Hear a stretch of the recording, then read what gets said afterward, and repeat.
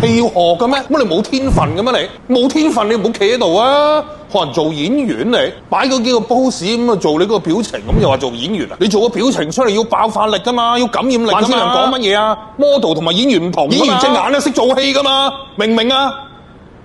我而家示範下子南哥啫。你真係無法無天啊！咁容易做到演員咩？先做嗰個電視演員先啦，記對白先啦，然後先做電視電影演員啦。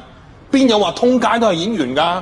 我當年拍《喜劇之王》已經搞《喜劇之王》訓練班咯，跟住莫文蔚、周星馳、李力持面試嗰個叫做林子善、李思捷，就係咁樣排隊就俾我哋挑選咗，所以大家如果睇翻嗰個叫做《喜劇之王》裏邊嘅所有騎呢啡、所有配角都係《喜劇之王》訓練班嘅學員嚟㗎嘛，係嘛？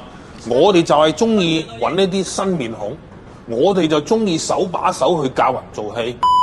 演員同花瓶同擺設擺 pose 模特係唔同噶嘛，演員對眼係會講嘢噶嘛，你真係無法無天啊！